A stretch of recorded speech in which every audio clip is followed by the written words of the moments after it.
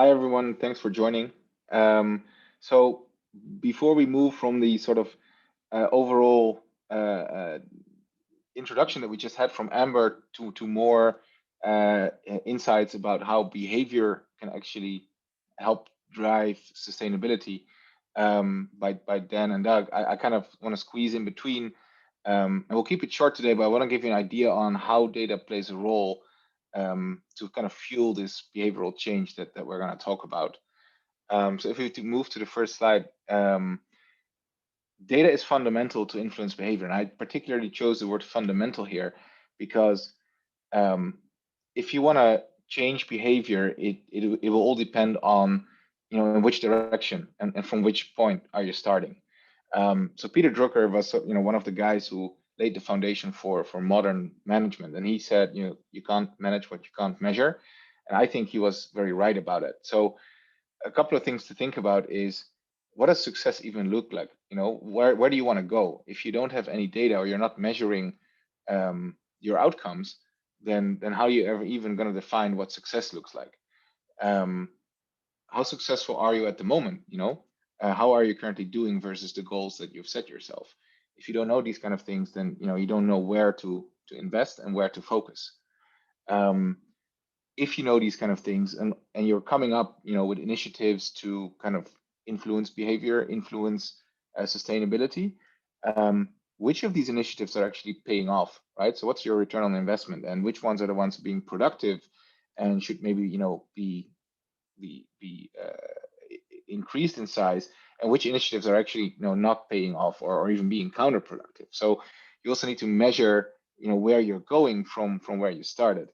And then also looping back to what Amber just told us, the human aspect is very important. And I think we're all aware of the fact that if you want to enhance human behavior and you want to see more of a specific human behavior, you need to reward that. So you need positive feedback loops in order to basically reward people who are doing the right thing.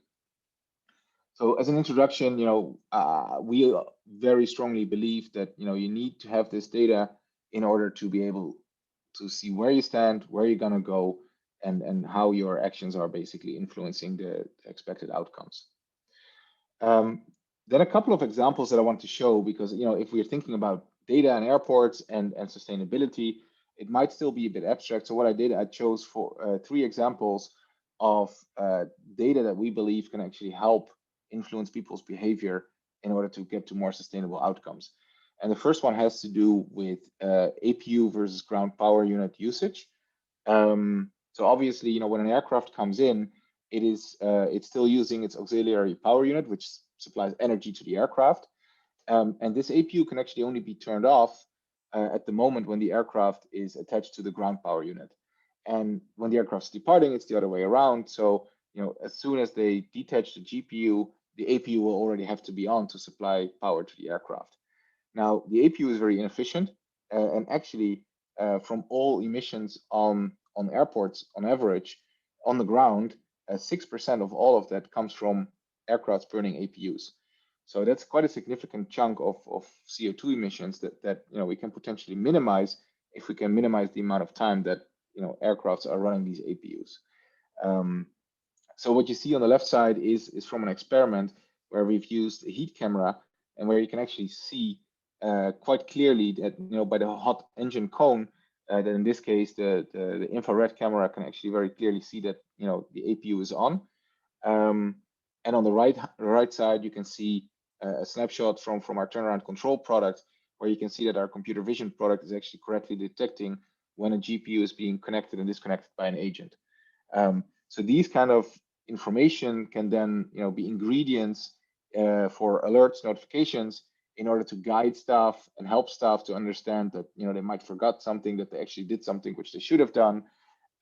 So valuable inputs to influence behavioral change related to APU usage. The next example has to do with ground service equipment and the data around ground service equipment, and who's doing what and when are they doing it.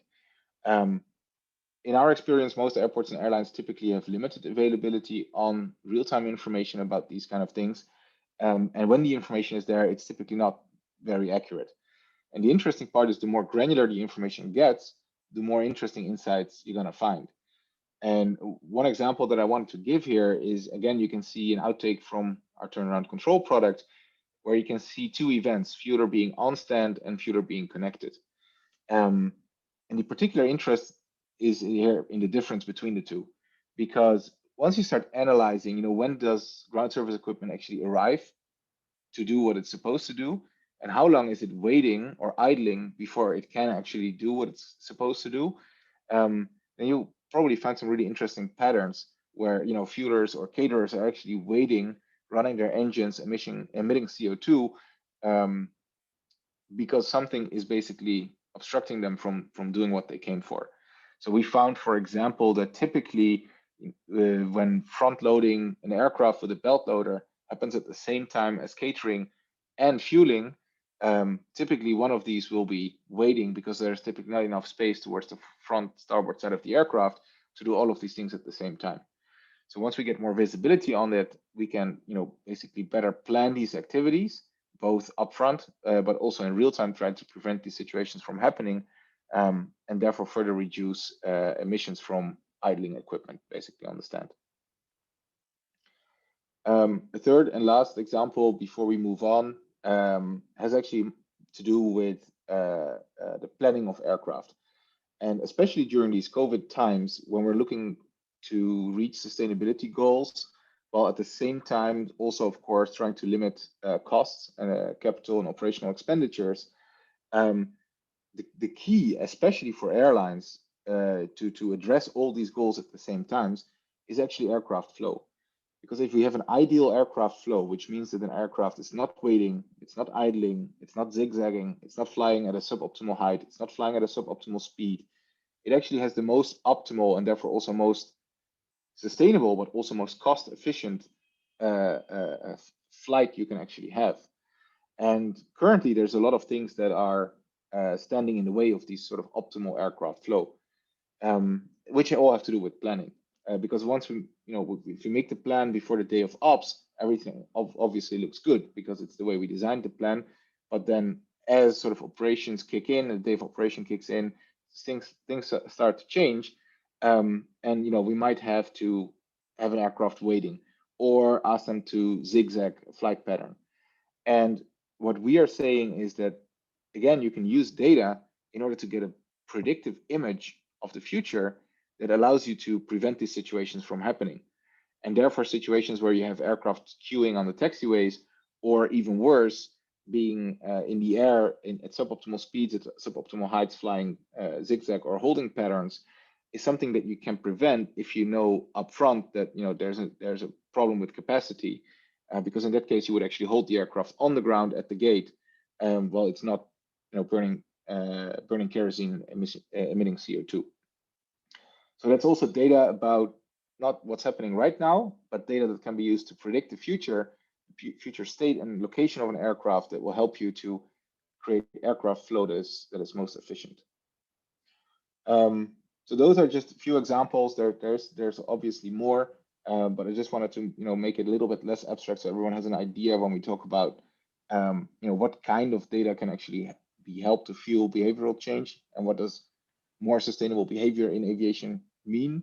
These are some examples, and yeah, handing it over to the next speaker to zoom in further on.